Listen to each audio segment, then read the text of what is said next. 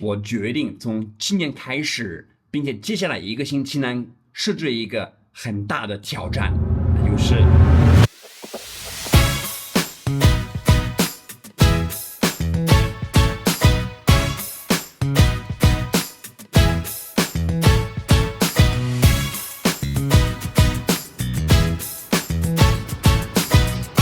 这几天的天气不咋地，灰蒙蒙的，但是还是得去健身。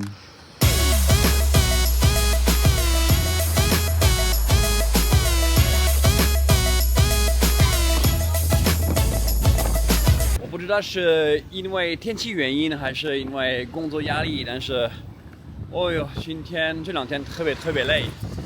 虽然如此，我觉得养成一些好的习惯。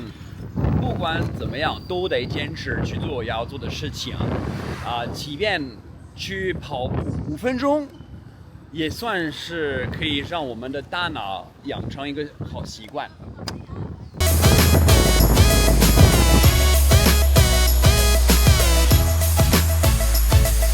今天我挺想聊的一个话题就是关于教育，我一直有这么一个观点。就是你要教育孩子，不是通过说出来，而是通过表现出来。我的意思呢，就是那个做榜样是最重要的教育方式。举个例子，前几天呢，我在写我的新年决心的时候，就花生就是很自然的来我的旁边，然后拿起一支笔和一张纸，写了自己的决心。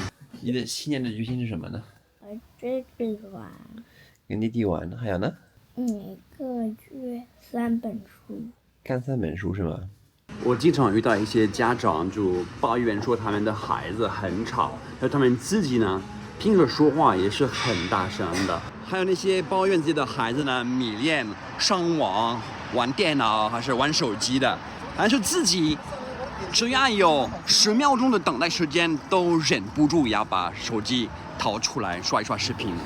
我家女儿7岁直到现在呢，她还是不允许玩手机的。但是，我觉得我们自己有时候呢做的也不够好，还是会有时候呢忍不住在家里呢把手机拿出来，然后看看有没有给我留言评论或者查邮件啊什么的。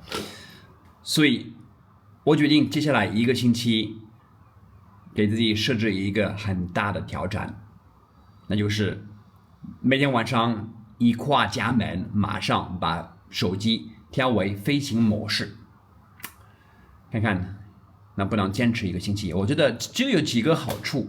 第一个好处就是可以给孩子们树立一个正确的榜样。第二个好处呢，我觉得可以把家里的这个空间留给了家庭。什么意思呢？就是我最看不惯你跟别人在一起的时候聊一些事情，然后呢，人家就很容易分散注意力去刷手机，去看看有没有别人给他发信息。这个是非常不礼貌的一个行为。然后我觉得，这也是我想输出给孩子们的一种生活方式，就是你做一个事情呢，你就把注意力呢就放在这个事情上。所以如果是跟家人的时光，就是好好的陪伴家人。第3个好处，我觉得就是我昨天提过的问题，就是可以避免在睡觉前被这个手机这个屏幕的蓝光给影响到。然后我就先做1个星期，然后1个星期之后就告诉你们效果。现在几号了？现在是1月4号，对吗？我们就到1月11号。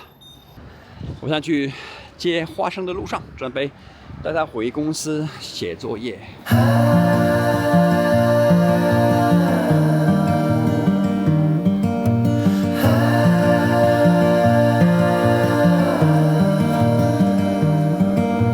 Take your time, fall in line someday.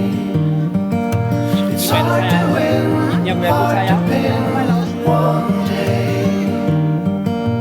I look out for you to soothe away the blues in your eyes.